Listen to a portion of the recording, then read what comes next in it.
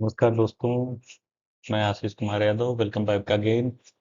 Today 10 April 2025। आज हम लोग डिस्कस करने वाले हैं द हिंदू की जो करंट अफेयर हैं। आज क्या मेन हेडलाइंस की आज क्या हुआ।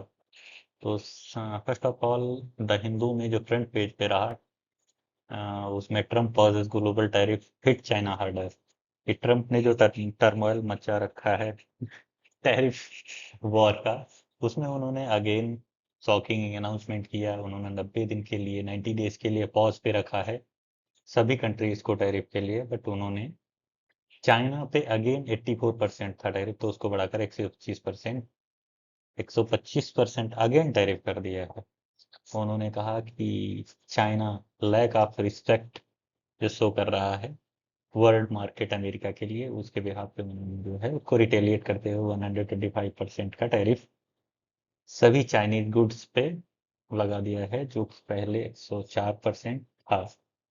उन्होंने कहा कि एटलीस्ट 75% कंट्री जो कि नेगोशिएशन टेबल पहुंच गई हैं, उन्होंने टैरिफ से रिटेलिएट नहीं किया है यूएसए को, इसीलिए उन्होंने अगेन 90 डेज का ग्रेस पीरियड दिया हुआ है कि हम 90 डेज के बाद इस पर दोबारा रिकंसीडर करेंगे। बात हो रही है यूरोपियन यूनियन की, कि जैसा कि उसने काउंटर अटैक लॉन्च अपना किया था टैरिफ वॉर में। उसने यूएस प्रोडक्ट जो भी है अमेरिका के एल्यूमिनियम है, स्टील है, इन एक्सपोर्ट पे जो है सेम टैरिफ लगाया था।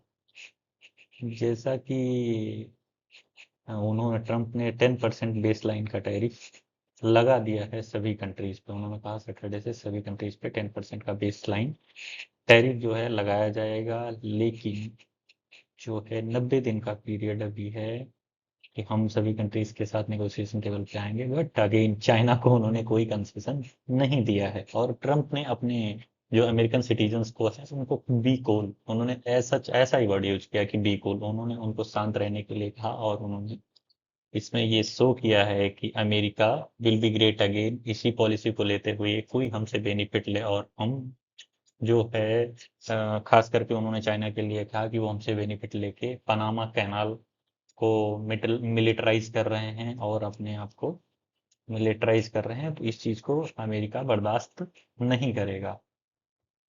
तो इस चीज को देखते हुए सेकंड जो मोस्ट इम्पोर्टेंट न्यूज है वो है इंडियन डिफेंस मैन्युफैक्चरिंग से रिलेटेड, क्योंकि अभी रिसेंट में यूरोपियन जो है एरोस्पेस और हेलीकॉप्टर मैन्युफैक्चरिंग कंपनी एयरबस और इंडियन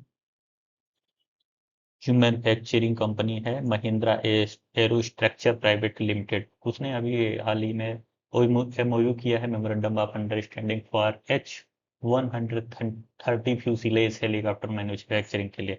जैसा कि हम सभी समझ रहे हैं, ये चीज की इंडिया ग्रोइंग मार्केट है डिफेंस और एयरक्राफ्ट का। और हाईलाइट इंडियन जो एविएशन सेक्टर है वो रिसेंटली बड़ी रैपिड ग्रोथ के साथ ग्रो कर रहा है। India set over 2200 aircraft expected to join fleet in next 2020 year. अभी ऐसा माना जाता है कि 20 सालों में इंडिया में लगभग 2200 एयरक्राफ्ट क्या है इंडियन एविएशन सेक्टर को ज्वाइन करेंगे। और 2030 तक लगभग 6 करोड़ 30 लाख पैसेंजर्स को हर साल कैरी करने वाला जो ये सेक्टर है, जिसकी एनुअल ग्रोथ अभी है लगभग 6 से 8%, आगे आने वाले 10 से 15 सालों में जो इंडिया की डोमेस्टिक एरोस्पेस मैन्युफैक्चरिंग है वो $10 बिलियन इंडस्ट्रीज होने वाली है, जिसमें कि स्ट्रक्चरल कंपोनेंट है, एविएशन सिस्टम है, बहुत सारे जो कंपोनेंट्स होने वाले हैं। और अभी रिसेंट में अनाउंसमेंट आज ही हुआ है कि इंडिया जो है 63,000 करोड़ की डील इंडिया ने द शॉल्ट कंपनी से, जो फ्रेंच फाइटर प्लेन बनाती है, राफेल एम सीरीज जो नेवी के लिए, उसके लिए कैबिनेट कमेटी ऑन जो सिक्योरिटी है उसने अप्रूवल दिया है। और अदर जो हैं स्कॉर्पियन सीरीज की प्रोजेक्ट 75 के तहत स्कॉर्पियन सीरीज की सबमरीन है, उनके लिए भी इस पे डील चल रही है। तो इंडिया की जो ग्रोइंग डिमांड्स हैं उसको देखते हुए हमारे लिए बड़े पॉजिटिव चीज है कि हमारी खुद की देश की कंपनी महिंद्रा एरो स्ट्रक्चर है जो उसके साथ मिलकर ये कॉन्ट्रैक्ट किया और अपने डिफेंस सेक्टर को आगे बढ़ाएगी। तो ये बड़ी इंपॉर्टेंट न्यूज़ है हम लोगों के लिए।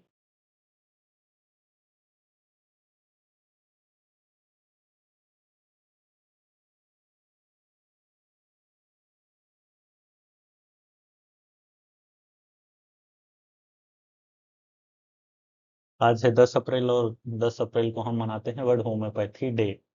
होम्योपैथी डे जो मनाया जाता है, बर्थ एनिवर्सरी इजरायली जो होम्योपैथिस्ट थे, होम्योपैथ थे, उनका नाम था डॉक्टर सैमुअल हनीमैन, उन्हीं के बर्थ एनिवर्सरी पे मनाया जाता है। और डॉक्टर सैमुअल हनीमैन को होम्योपैथी का फादर भी बोला जाता है। होम्योपैथी को बेसिकली ये जो क्योर करने का एक साइंस है, जिसको कि हमारे यहाँ इंडिया में आयुष मंत्रालय के द्वारा चलाया जाता है। अब की बार की थीम है let's embrace the natural healing method that homeopathy offer and create a healthier world one remedy at a time. Homeopathy जो बेसिकली है ये जर्मन टेक्निक्स है, जिसमें एक टैगलाइन होती है इसकी, लाइक क्योर्स लाइक। इसका मतलब ये होता है कि जो रोग या डिजीज को कॉज कर सकता है वो उसका इलाज भी उसका कर सकता है। इसमें क्या है कि डाइल्यूशन इंक्रीज पोटेंसी वैसे किया जाता है। जो बेसिकली होम्योपैथी टर्म है, इसको डॉक्टर सैमुअल हनीमैन ने 1807 में ये टर्म दिया था। और आप ऐसे समझ लीजिए कि ये कंट्राडिक्टरी, क्योंकि वर्ल्ड वार जो चल रहा था इस जर्मनी और यूनाइटेड किंगडम के बीच, तो उन्होंने कई बार इसको डिफेम कर किया और अपनी जो एलोपैथी थी उसको बढ़ावा दिया। But homeopathy mainly Israel Germany से ही हर जगह फैली, चाहे वो इंडिया में हो या यूनाइटेड किंगडम हो, फ्रांस में हो, हर जगह ये फैली।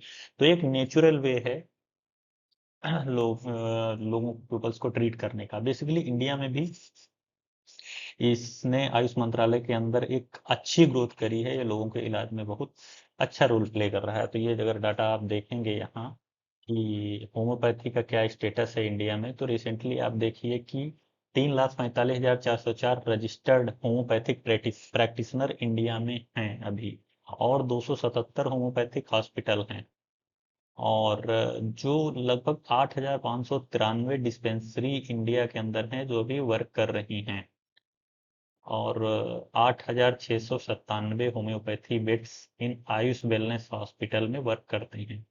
टीचिंग फैकल्टी है जो लगभग 7,092 की इंडिया में। इससे रिलेटेड 1117 फार्मा जो है pharmacopoeial monographs on homeopathy drugs available हैं।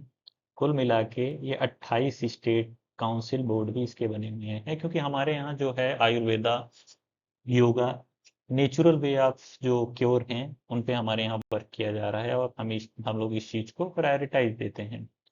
होम्योपैथी एक नेचुरल वे होता है, तो इस चीज को हमें समझना चाहिए।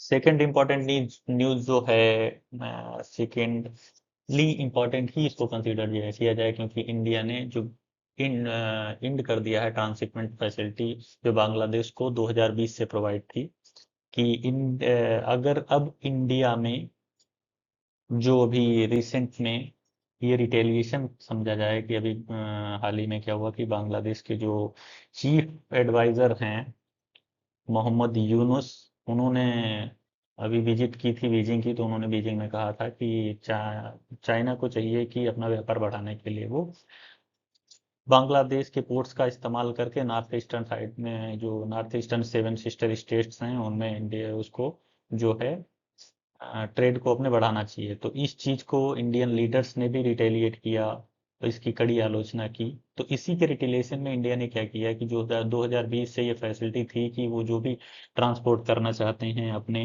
इंडिया के थ्रू नेबरिंग कंट्री, जैसे हो गया नेपाल, म्यांमार, भूटान, अदर जो नेबरिंग कंट्री हैं इंडिया के पोर्ट्स का इस्तेमाल करके, स्पेशली क्या होता कि जो भी इंडिया की लैंड कस्टम्स स्टेशन है वहाँ पे बांग्लादेशी जो शिपमेंट्स आती थी और फिर यहाँ से जो भी ट्रांसपोर्ट के मीन्स हैं इंडिया के, उनके थ्रू प्रॉपर डेस्टिनेशन तक पहुंचा दिया जाता था। बट अब क्या है, इसको रिटेलिएट कर दिया गया है, इसको ब्लॉक कर दिया गया है।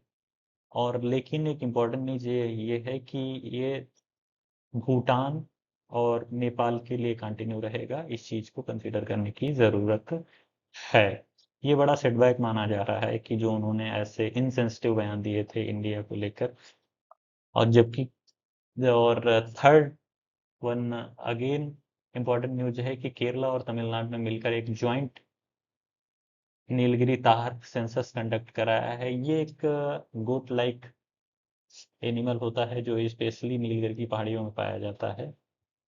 और अगेन ये स्कीम से रिलेटेड इंपॉर्टेंट न्यूज है कि अभी 1600 करोड़ रुपए अप्रूव किए हैं यूनियन कैबिनेट ने फॉर स्कीम जो है ये modernisation of command area development and water management. ये सब स्कीम है प्रधानमंत्री कृषि सिंचाई योजना की। इसके अंतर्गत ये जो है योजना चलाई जा रही है।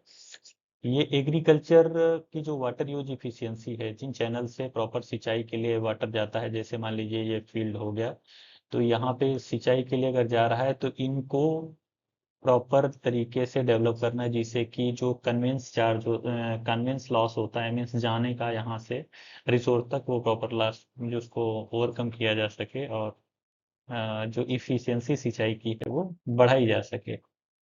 और ये तो हम डिस्कस ही कर चुके हैं कि गवर्नमेंट ने 63,000 करोड़ रुपए की डील फाइनल की है राफेल एमजेट्स प्रोक्योर करने के लिए। एमजेट्स जो कि दसॉल्ट कंपनी है फ्रांस की, वो इसको मैन्युफैक्चर करती है। ये नेवल वर्जन है जो कि हम लोगों ने 2016 में खरीदा था, जो राफेल।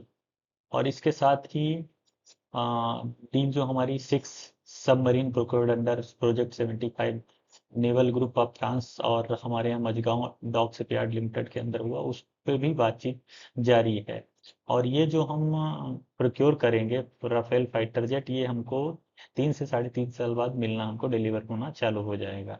और मेन इंपॉर्टेंट बात यह है कि ये जो प्रोक्योरमेंट का जो प्रोसीजर होता है, इसको कैबिनेट कमेटी ऑन सिक्योरिटी जो कि हेड की जाती है प्रधानमंत्री नरेंद्र मोदी जी के द्वारा, आपने उसने डिसीजन लिया है। और ये जो डील हुई है गवर्नमेंट टू गवर्नमेंट के बीच हुई है, ये इंडियन गवर्नमेंट और ये फ्रांस की गवर्नमेंट के बीच में हुई है। तो यहाँ पे पायरेसी या जो करप्शन होने का चांस थोड़ा सा कम रहता है इन सिक्योरिटी में। अभी हाँ, रिसेंट में इंडिया और फ्रांस ने मिलकर एक ज्वाइंट वेंचर जो नेवल मिलिट्री एक्सरसाइज कंडक्ट कराया था, जिस जो कि वरुणा वरुणा के नाम से जाना जाता है। और स्पेशल चीज आप एक और समझ लें कि इंडिया और फ्रांस के बीच 3 एक्सरसाइज होती हैं, एयरफोर्स और इंडियन एयरफोर्स और फ्रांस की एयरफोर्स के बीच जो कंडक्ट कराई जाती है उसे वरुणा के नाम से जाना जाता है। और शक्ति जो इंडियन आर्मी और फ्रांस की जो आर्मी मिलकर करती हैं, मिलिट्री एक्सरसाइज कंडक्ट करती हैं, उसे शक्ति के नाम से। नेवल इंडियन नेवी और जो फ्रांसीसी नेवी कंडक्ट कराती है उसे जो है इसके नाम से जाना जाता है, वरुणा के नाम से। अनदर लास्ट में एक क्वेश्चन है आप लोगों के लिए, इंपॉर्टेंट क्वेश्चन है कि ministry of women and child development is celebrating पोषण पखवाड़ा 2025। तो पोषण पखवाड़ा की जो डेट है वो एग्जैक्ट डेट क्या है? 8 अप्रैल से 22 अप्रैल, 15 से 30 अप्रैल, 15 से 30 मार्च, 1 से 15 मार्च। तो आप लोगों को ये कमेंट में जो है लिखना है। और जानकारी के लिए हमसे जुड़े रहें, लाइक सब्सक्राइब करें। धन्यवाद।